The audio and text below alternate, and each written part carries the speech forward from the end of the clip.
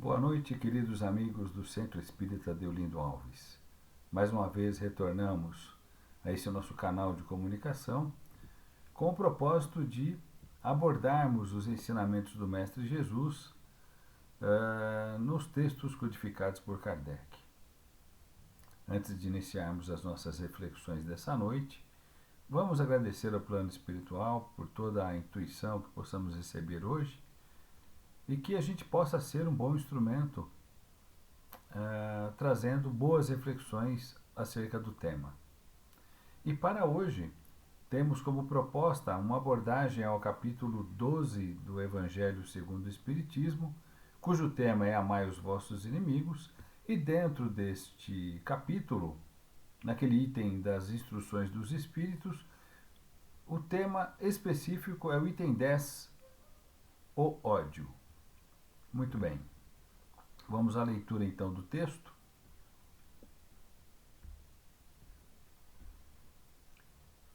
É uma mensagem do Espírito Fenelon, de 1861,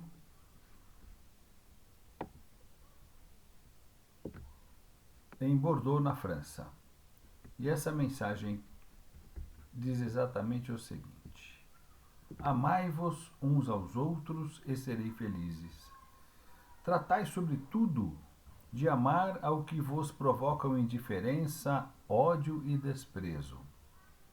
O Cristo, que deveis tomar como vosso exemplo, vosso modelo, deu-nos o exemplo desta abnegação. Como missionário de amor, amou até dar o sangue e a própria vida. O sacrifício de amar os que vos ultrajam e perseguem é penoso, mas é isso, precisamente, o que vos torna superiores a eles. Se vós os odiasseis como eles vos odeiam, não valeríeis mais do que eles.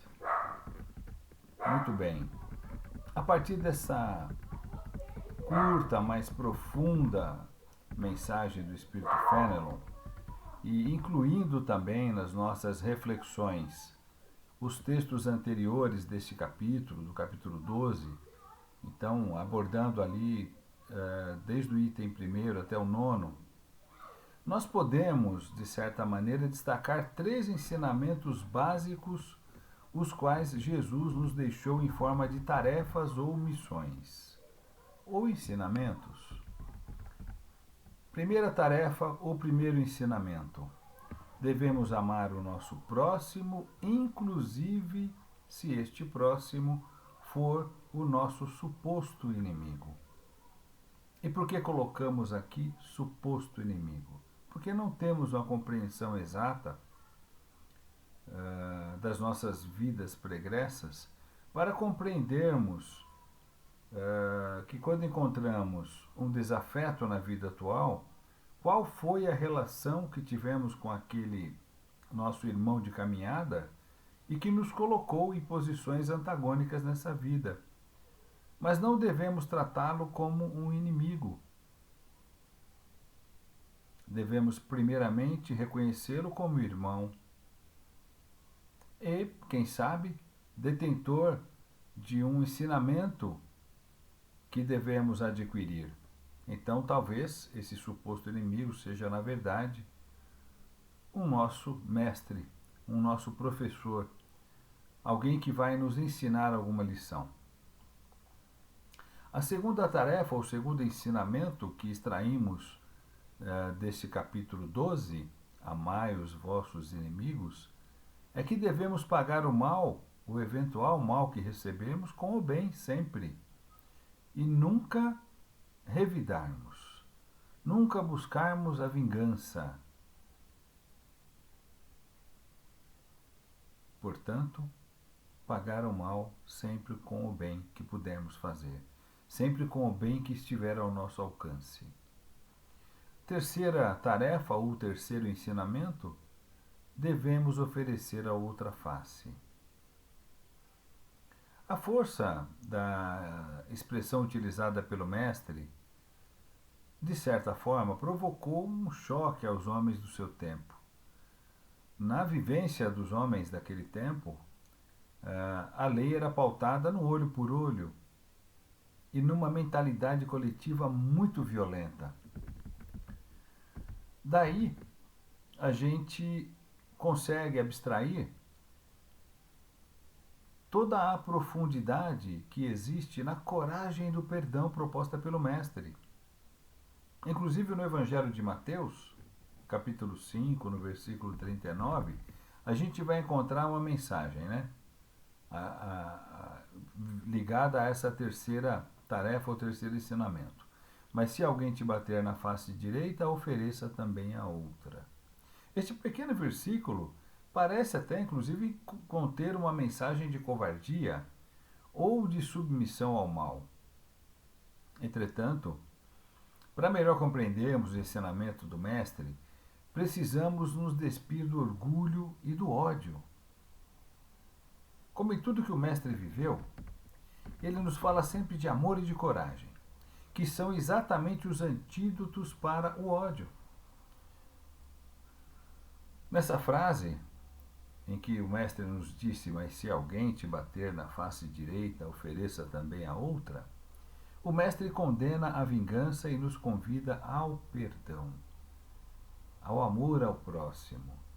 Portanto, amar um inimigo é não desejar-lhe mal.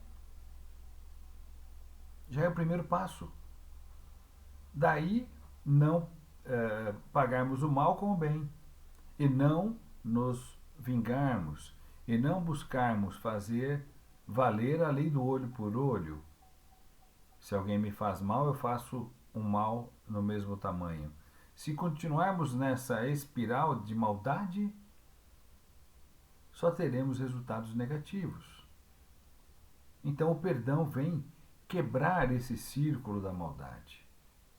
Ao oferecer a outra face, a face do perdão, e se possível, não desejar mal àquele que lhe feriu, e se formos além e conseguirmos desejar o bem a ele, então passamos a nos conduzir em nossas vidas pela espiral da bondade, da caridade, pela tal corrente do bem.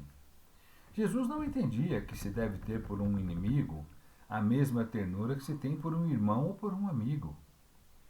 É muito importante nós compreendermos que o amor ele é muito amplo e ele pode ser exercido por nós em diversas facetas de nossas vidas, em diversas graduações, inclusive. Portanto, amar aos inimigos não é tentar demonstrar por eles uma afeição que não nos é natural. Uma vez que, quando estamos em contato com esse suposto inimigo, o nosso coração bate de maneira diferente de quando encontramos um amigo. Por isso que amar a um inimigo, em primeiro lugar, é não lhes ter ódio, nem rancor ou desejo de vingança. É perdoá-los sem segunda intenção e incondicionalmente pelo mal que nos fizeram.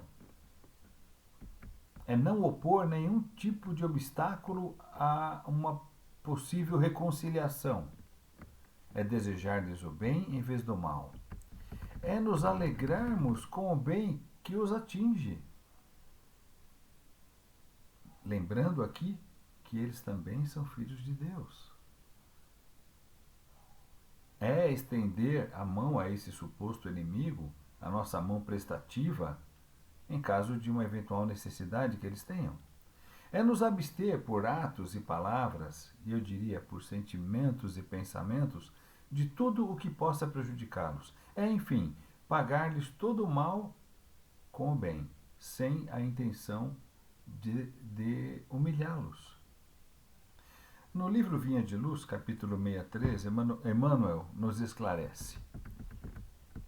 Alguns humoristas pretendem descobrir na advertência do mestre uma exortação à covardia sem noção de respeito próprio.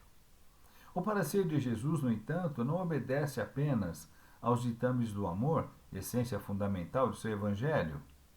É igualmente uma peça de bom senso e lógica rigorosa. Quando um homem investe contra outro, utilizando a força física, os recursos espirituais de qualquer espécie, já foram momentaneamente obliterados no atacante.